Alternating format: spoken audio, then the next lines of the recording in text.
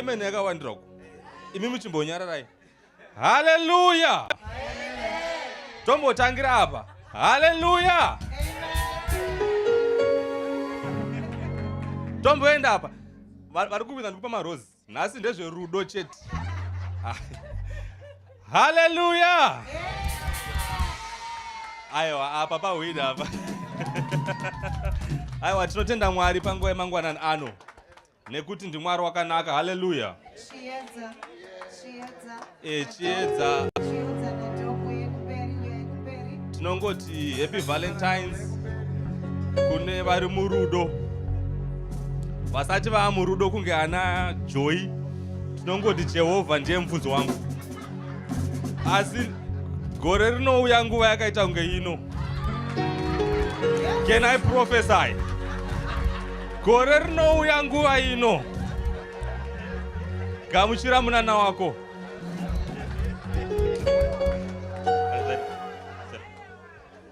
All right. Mumba maMwari mune mfaro usingapere.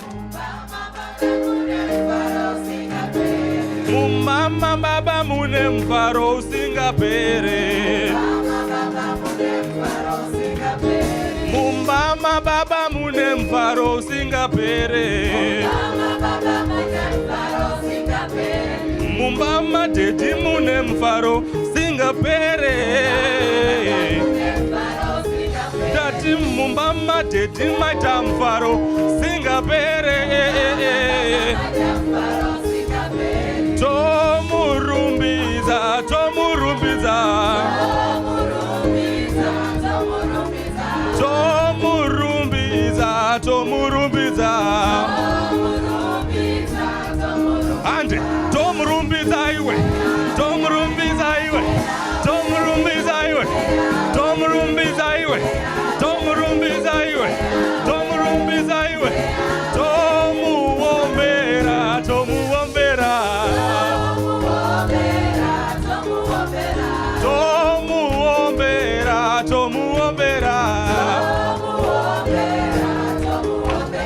Tomuombera, tomuombera Jesu. Ande, tomuombera iwe. Tomuombera iwe. Tomuombera iwe. Tomuombera iwe. Tomuombera iwe. Tomuombera iwe. Tomuombera iwe. Ande.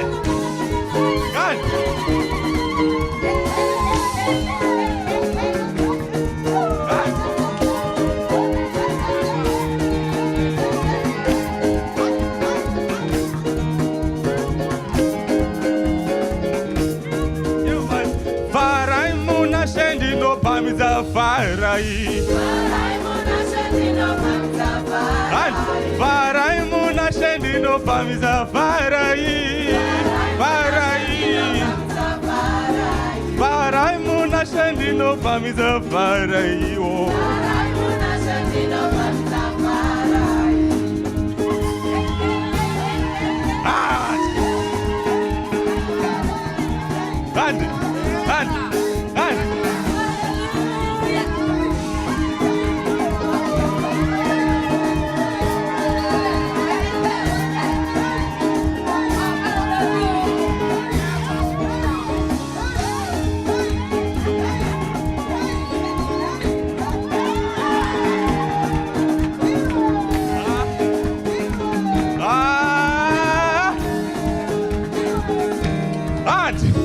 Lift Jesus higher.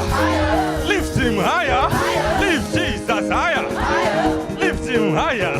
Lift Jesus higher. Higher. Lift Jesus higher. Higher. Lift Jesus higher. Higher. Lift Jesus higher. Lift him higher. Lift Jesus higher. Step Satan lower. Step Satan lower. Lower. Step Satan lower. Lower. Step Satan lower. Lift Jesus higher. Lift him higher. Lift Jesus higher.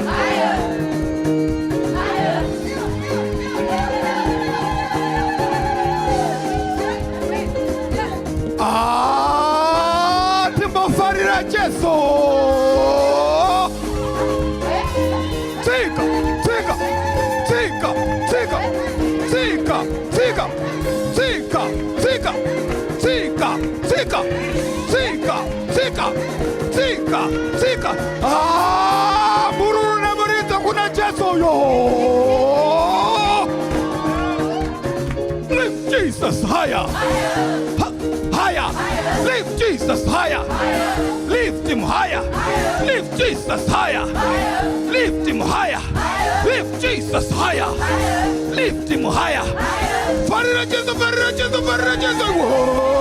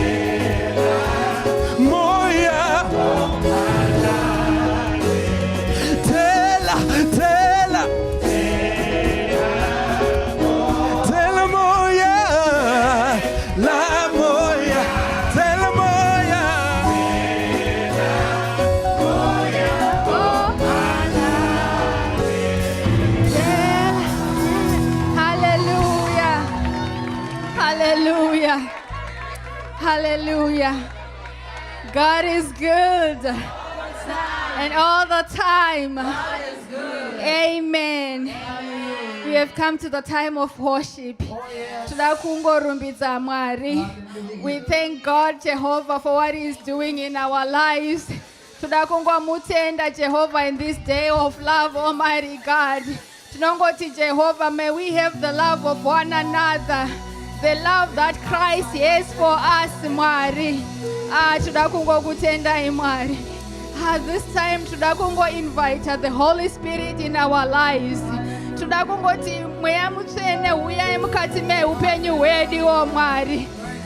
Jehovah. Jesu pawakaenda Jehovah kati ndinokusire mweya mutsvene. Ndiwo mweya mutsvene watiri kuda kuinvite in our lives mangwanani ano Mwari. Kuti Jehovah Mwari mweya mutsvene itaise kuda kwenyu. Hallelujah. Hallelujah. Hallelujah.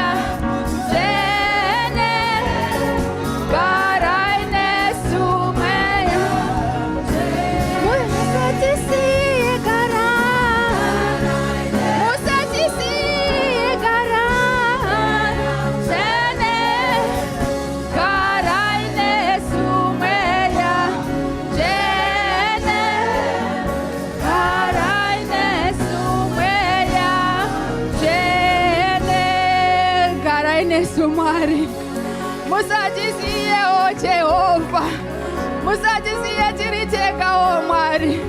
Fambai o nesu Mwari, mukasafamba nesu Mwari. hatingafambe tiri tega o Mwari, hatingafambe tiri tega o Jehova.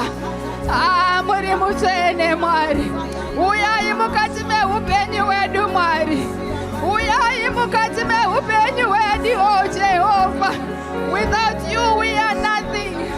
Without you we are nothing. Baya saya katala bahaya, ria kasete terebeshia mandala bahaya, rekebesia katata, ikashaya bakasete lebesa, ria kabasia katata, ya mandala bashia kata, rekebesia bakahaya, rikashaya katela, ria kabashaya kasa, ria kasota, resukayata, rekebesia, ya kasota, ya shakabahaya, rakabasokeya, ya katala basia kata, rekebesa, ya kabasota, ya zeka ya kata, ya rabasha ya katela, ya sayakata, ya kamarasoka, yeka ya kasa, ya katela, ya marasokata, ria kasokata, ya basia katela, ya ndero sayakata.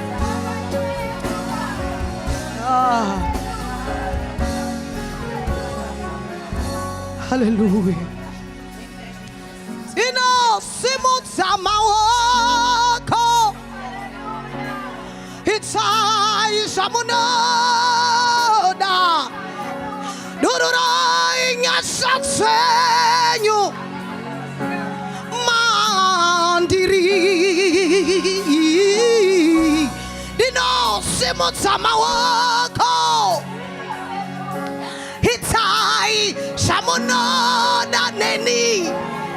Karai mandiri baba, mandiri tino simutao,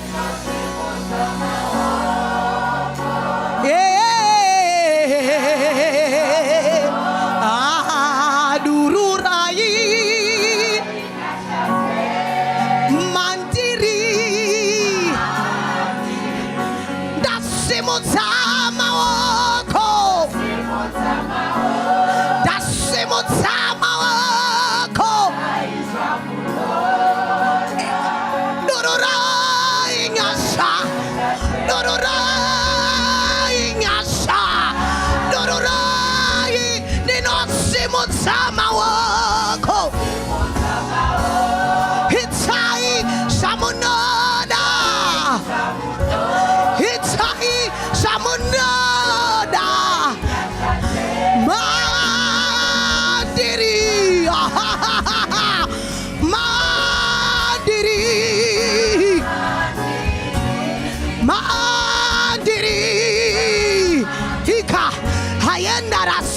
Mandiri, ha, mandiri, mandiri, mandiri, mandiri Jesu. Hitaisha munoda, hahika, ha, tarirai wanavangu, tarirai wanavangu, tarirai wanavangu, muchato wangu, utanisai Jesu. Tanga kutona mata, tanga kutona mata, pauri papo, tanga kutona mata, wayaso, hayataka, hiabasaya, yakatete, rekesa, yakata, yandarabosha, yato, rika sayata, rika, yandereko saya, riabasaya kata, namata, namata, namata, namata, pauri papo, namata, fura isquirako, unamate, aia, ia, basaya kata, yata, rekesaya, riandarabasha, tinodana moto, tinodana moto, tinodana moto, ikasaya, ikasaya, ikasaya, ikasaya, hedere, ayandarabos. Hinarabashi atalaba, riandarabasha, rianderekesa, rianderebesha, moto, moto, moto, moto, moto, moto, moto, moto, moto, ritaya, itaya, Hitaya.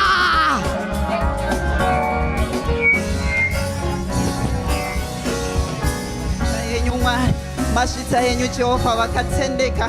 Father, we just want to continue to praise your name. Nekuti tinoziva kuti kana rumbidzo dzenyu dzauya kwamuri Mwari, munoburitsira kubwinya kwenyu pakati pevanhu venyu.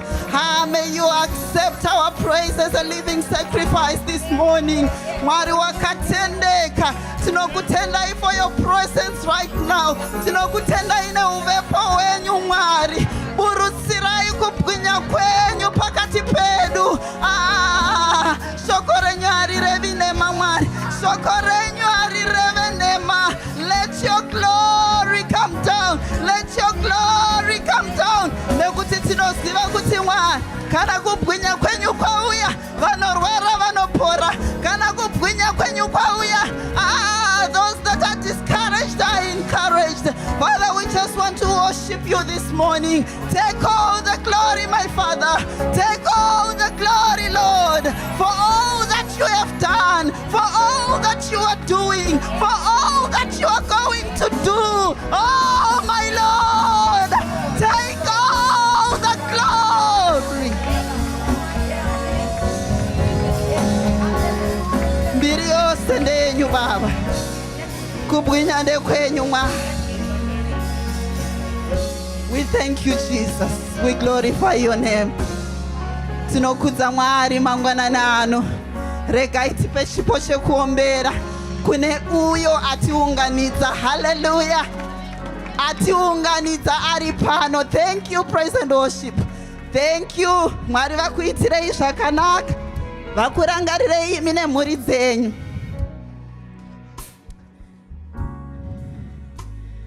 Wonderful couples indeed. Kereke yakaropafadzwa. Kereke ine mhuri dzakabatana. Ikereke inokura inoenda mberi. We thank God for that and we appreciate his presence. Mwari vakuitirei zvakanaka. Mwari vakuitirei zvakanaka, vakupfudzei mberi. Amen. Hallelujah. Hallelujah. It is a beautiful place to be this morning. Amen. Zvakanaka kuva pano. Amen. Just tell your neighbor kuti zvakanaka kuva pano. It is good to be in the presence of God. Hallelujah. Tichingopfuurira mberi tiri mumwedzi werudo. Aiwa, rega ndingokudza tisati tapfuurira mberi kuti wakadiwa naKristu. Amen. Aiwa, zvevhale zvaadhama, wakadiwa naMwari. Amen. Before all those roses and all those gifts, just know that wakadiwa naMwari. Tingakanganwa zvimwe zvese, asi tisakanganwa kuti takadiwa. Tiri zvatanga tiri izvozvo, tisingagamuchirike, tisingadike, asi Jehovha wakatida. Hallelujah. Mangwanani akanaka, ndinoremekedza ukuru hwese huri pamberi pedu. It is quite an honor kumira pamberi penyu. Ndinoita kunge munhu weruzha nhai. Kana tiri muimba yaMwari, vamwe vedu ndo kwati munotonzwira mazwi edu. Amen. Mukangotiburitsa muchatombonzwa tichitaura. Saka titendereiwo tingofara muimba yaMwari. Amen.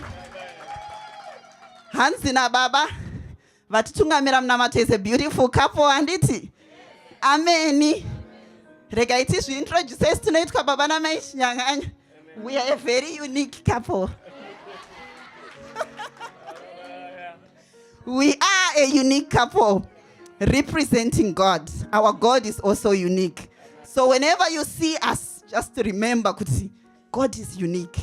That's why we are a unique couple.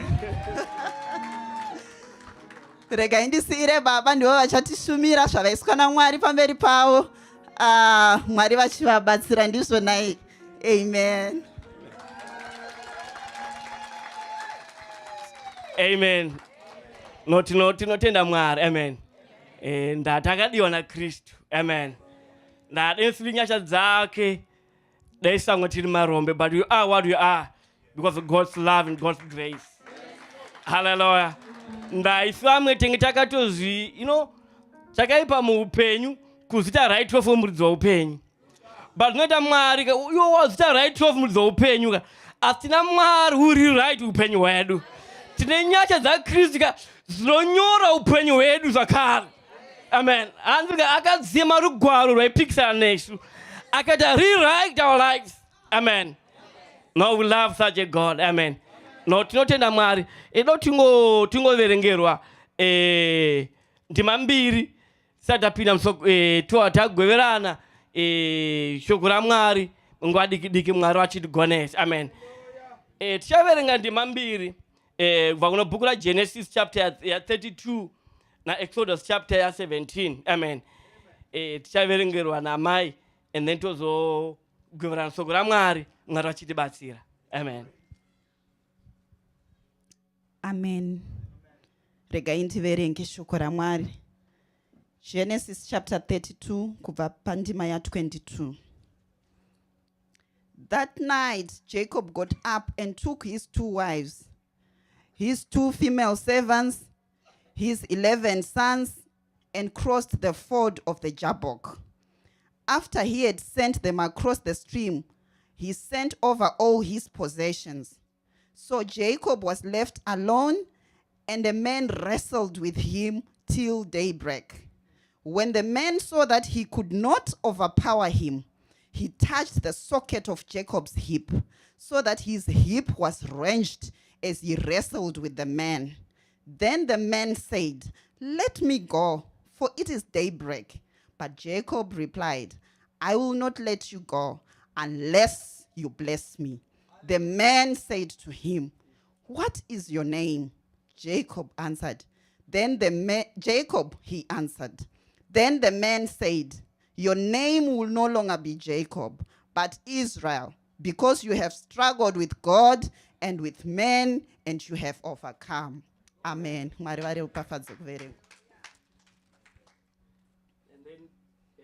then Exodus chapter 17 from verse 11. Hallelujah.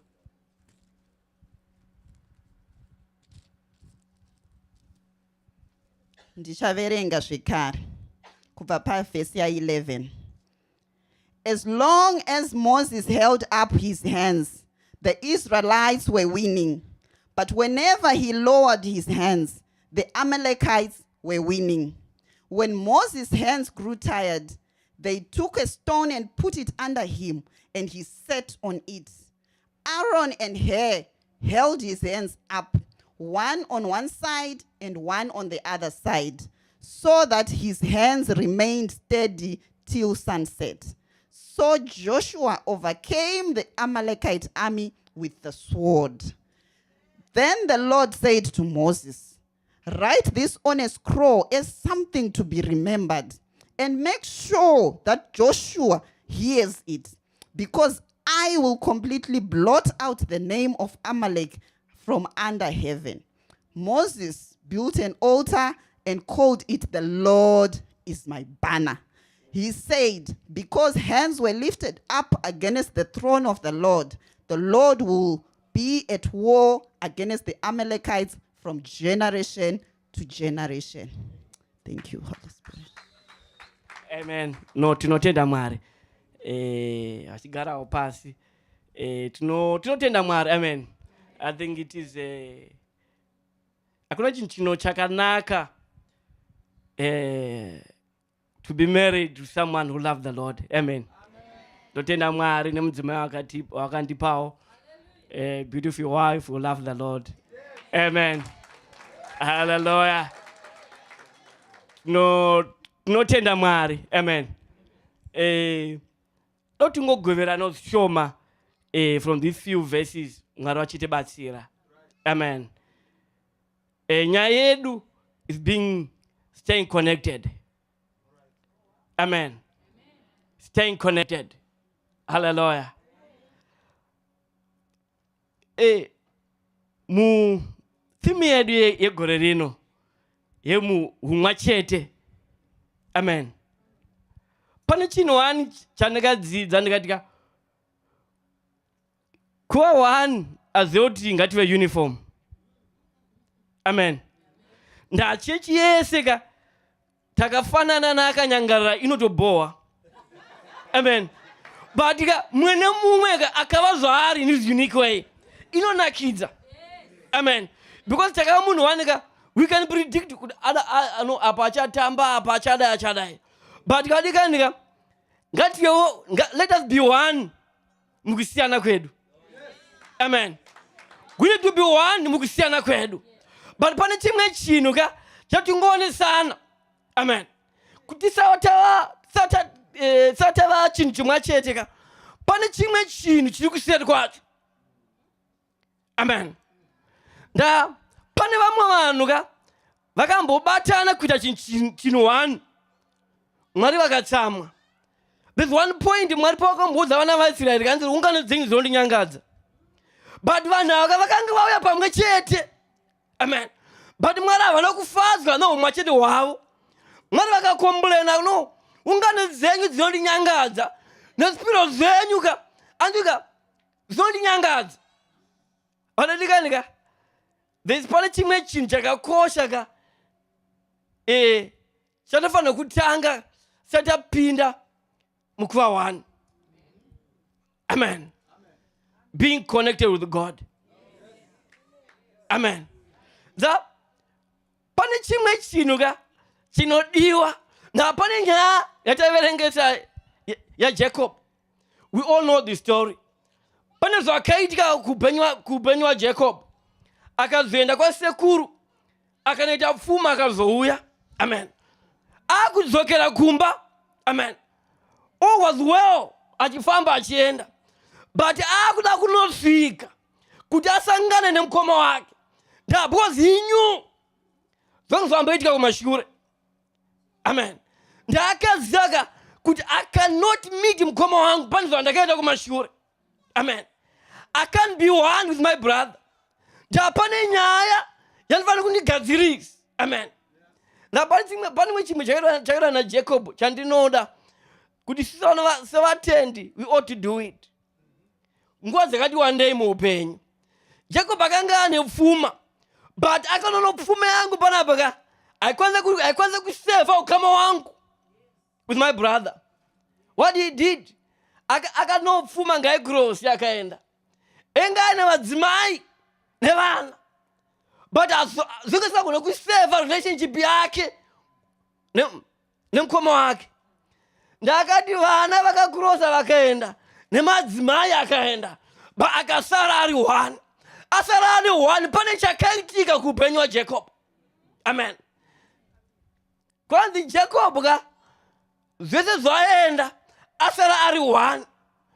No pane ukama hwakaumbwa naJacob wakachinja upenyu hwake. Amen. No zvinoita Mwari vanoshamisa. Vanochinja mazita. Vanochinja nyangwe nemafambiro. Amen. Jacob, his name was changed. Akanga aita maweko na Mwari. Pane connection yakaitwa na Jacob na Mwari zita rake rakachinjwa. Mwari mbune vakamubvunza, what is your name? And my name is Jacob. Jacob zongera kuti tsotsi kuruku. Amen. But Mwari akaziva kuti no, you can't meet your brother no kuruku wako. I need to change your name. Because what is your name? Makaudza Mwari. And from now on, ndachinja zita rako. Wakunzi Israeri. Ndo patinotangira kunzwa zita kuti Israeri.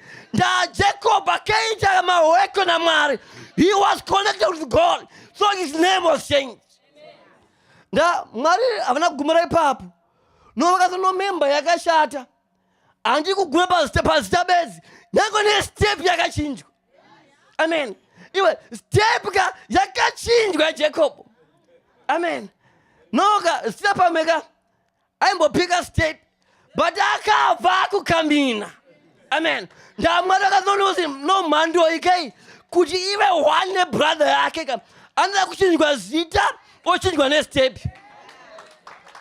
Hallelujah. Vadikanika tina Mwari anoda kuti utiumbe ukama naye. Amen. Nango mukudanana kwedu vadikanika wakadana nomunhu asina kukama naMwari wata dambudziko. Amen. Anogona kungomuka akachinja. Amen. But in this year of togetherness, in order to be connected, to be connected with God, but they can acknowledge in order to be connected. Amen. Now, as not Jacob beds, now go take the New Testament. If you read the book of Acts, the apostles are carrying God disciples. Amen. Just by no wakamira pa upper room. Atinzwe nyaya umachete. Amen. But nyaya umachinozo yinzwaga mweya mtwena uya wapapatiza. Tuwa patinotanga kunzwa nyaya ya umachete. Which means wadikanika umachete. Watinokoza kuita na kuna kweduka. Unosirira. Amen. Nga tuwa tumu umachete ka isipa competition. Amen. Ndaenda kumba kwa mfuti kwani ndinoona beds. Ndangono no wandreva yakaita sei vagabakaita sei but pana muupano ka umachete unova pa ukama na Mwari. Ndo watiri kusaga gore the church multibetserai tiwa upano wa no tiwe one inova pa ukama na Mwari. Amen. Alikanika one second na Mwari ka inakukunda mairi. Amen. Now if you go back Pandima ya verengwa. Moses, Joshua kenda kuondo. Amen. But Moses aina mata. Amen. But the moment Moses paisumza mohoko Joshua pasi ayekunda. Amen. But mohoko paineta vaikundwa. Amen. No until Aaron huri wazonoga abakuru ngati babatsira akuru ndatokona kukundwa no wakawabatsira vakanetawo kwa panapa ngati matombo. Amen. The more they raised mawoko a Moses, ondo ya Joshua yaiwina. Amen. Adikanika Mwari wedu ndi Mwari we teamwork. Apana panaka mbona mbaiberi peuti Marika avasi one man band. Ndi Mwari wanishana ne team. Amen. Ndo saka ka team gore ro mwachete. It's a teamwork. Amen. Ndakuni wangu wanaona bora kungati man of the match ka akuna man of the match anid gari one. Ungagona unga excel pa area yako ka but unoda vanhu vanokusupport. Amen. You can't excel by yourself. Amen. But Moses hondo ya winwaga. Ndandoda ndamwanika vano make sure kuti apana antora credit. Because Moses Joshua pasa winda. But nyora pasi uti Joshua azizire. Kuti akuti kugona kwako Joshua. But pane vamwe vaina mata mugomo. Ndanti ndo Mwari wationa mata. Odikanika Mwari avatore credit. Amen. Again, we are a team. We need one another.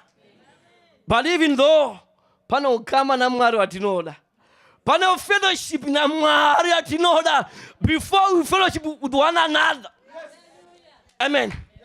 Again, fellowship yeduka tinova pana Mwari it can be dangerous. Amen. Ndapane vamwe vakata wandika vakavaka the Tower of Babel. Mwari vakazonoti me one. But the Gandhi zikendichi ndi confused. Amen. Pakuvaka mwe pa ndipe chidina mwacha aziyo dino kuchidina chi Mwari vatsinga no vapa language yakasiyana. Amen. Such is our God.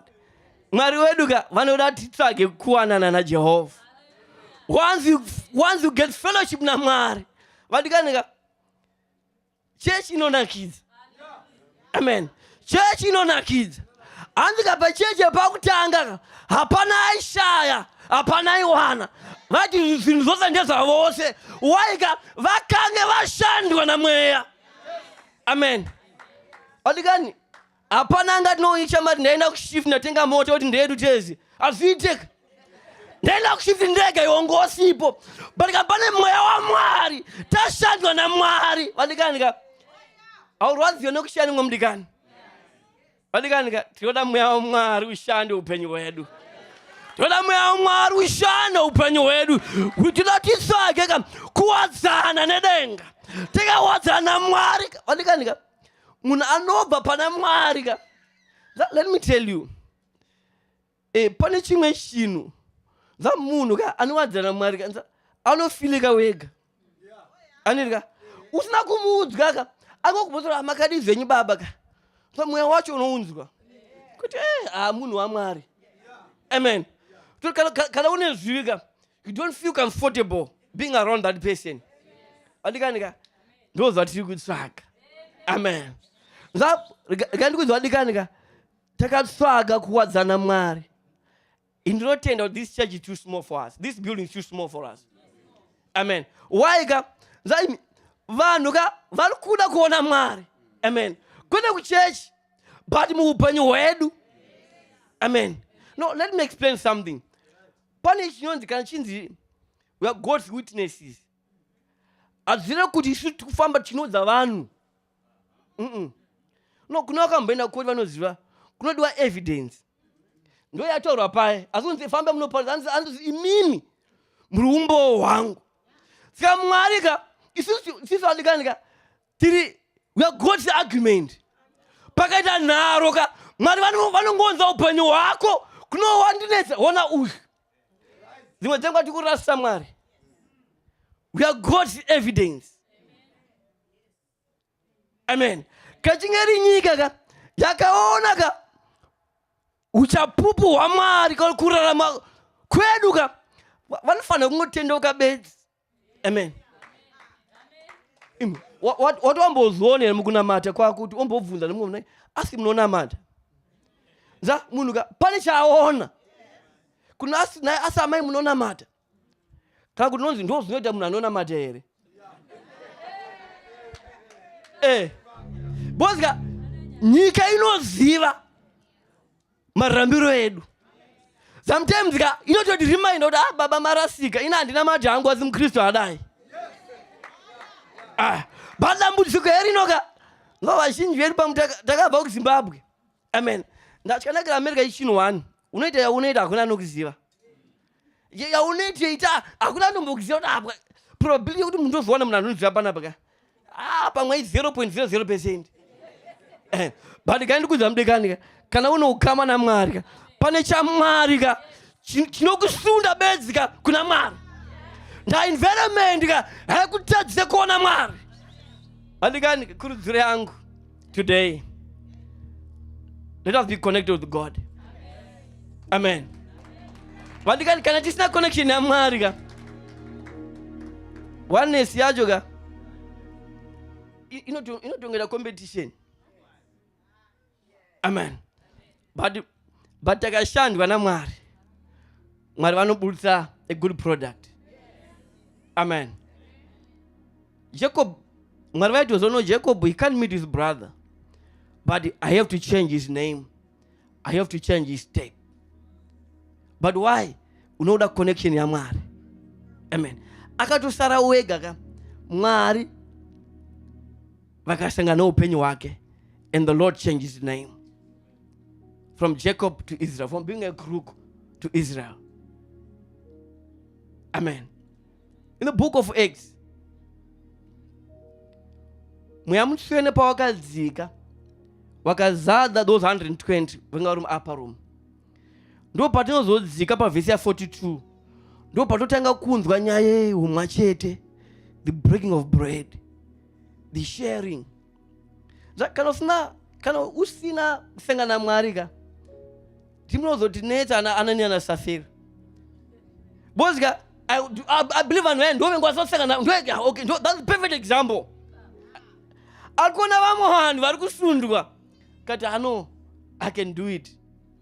Amen. Nda akasundwa nemweya competition kuti vamwe vari kuitawo mweya kuda kuonekwa. But vadikanika ndikudze chinhu ichi, ngatisvage kuonekwa naMwari kwete navanhu. Takaonekwa naMwari Mwari vanotisa pachena, Mwari vanoti elevheta, Mwari vanoti simudzira. Amen. Notenda Mwari. Tingosumuka tingonamata. Timatibetserei. As a church that will be connected to God. Amen. In this year of togetherness, Lord, we cannot be together without being connected with you. We cannot be together without being connected with you. We cannot be together without fellowship na Mwari. The more we fellowship with God, we become like Him. Tinofanana na Mwari. Amen. Loti Mwari wati, loti tingole pamwe pa Mwari, tingonamata, Mwari wachitibatsira. Father, we pray in the name of Jesus. Tibetsere Jesu, tibetsere Baba. Wamasimba ose, mambo amazimambo. Iye imizoshamisa, Lord, as a church, that we be connected with your God. Totsaka connection yedenga mu upenyu wedu. Totsaka connection yedenga, oh Lord. Mukati mwa upenyu wedu, Baba, as a church, as individuals, oh God. Tinoda Baba kufamba nemi. Tinoda Jesu kuwadzana nedenga. Father, we pray in the name of Jesus. Tinokupa imbiri Baba, tinokuwongai. Mambo amazimambo, pamwe nasho amazisha. Tinokutende Baba, tinokupa imbiri. Father, I desire, Lord, and I need to be connected. Tinoda connection yedenga Mwari. Tinoda connection yedenga mu upenyu wangu. Father, I pray in the name of Jesus. Piwa imbiri Mwari, wongwai wadenga. Mambo amazimambo, nasho amazishe. Takuongai Mwari, takuongai Jehovah. Takuongai wadenga. Lord, we pray in the name of Jesus. Thank you, God. Amen. Thank the Lord so much. Mwari vakuropafadzei, vakuitire zvakanaka.